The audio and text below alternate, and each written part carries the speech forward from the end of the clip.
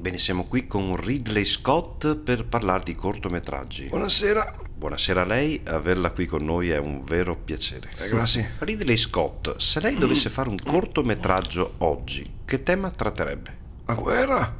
Ma è scontata la guerra, mi scusi. È vero, si sta usando tanto la guerra. E quindi Quindi, cosa faccio? ci pensi bene. Potrei fare un corto sull'amore? Ma ne hanno fatti tanti, mi scusi. Già fatti? E se facesse una roba tipo che alieni via in terra per coparne, ma dopo se c'è un raffreddore che via snaro a tutti e... Già fatto. Come? Che ha fatto anche questo?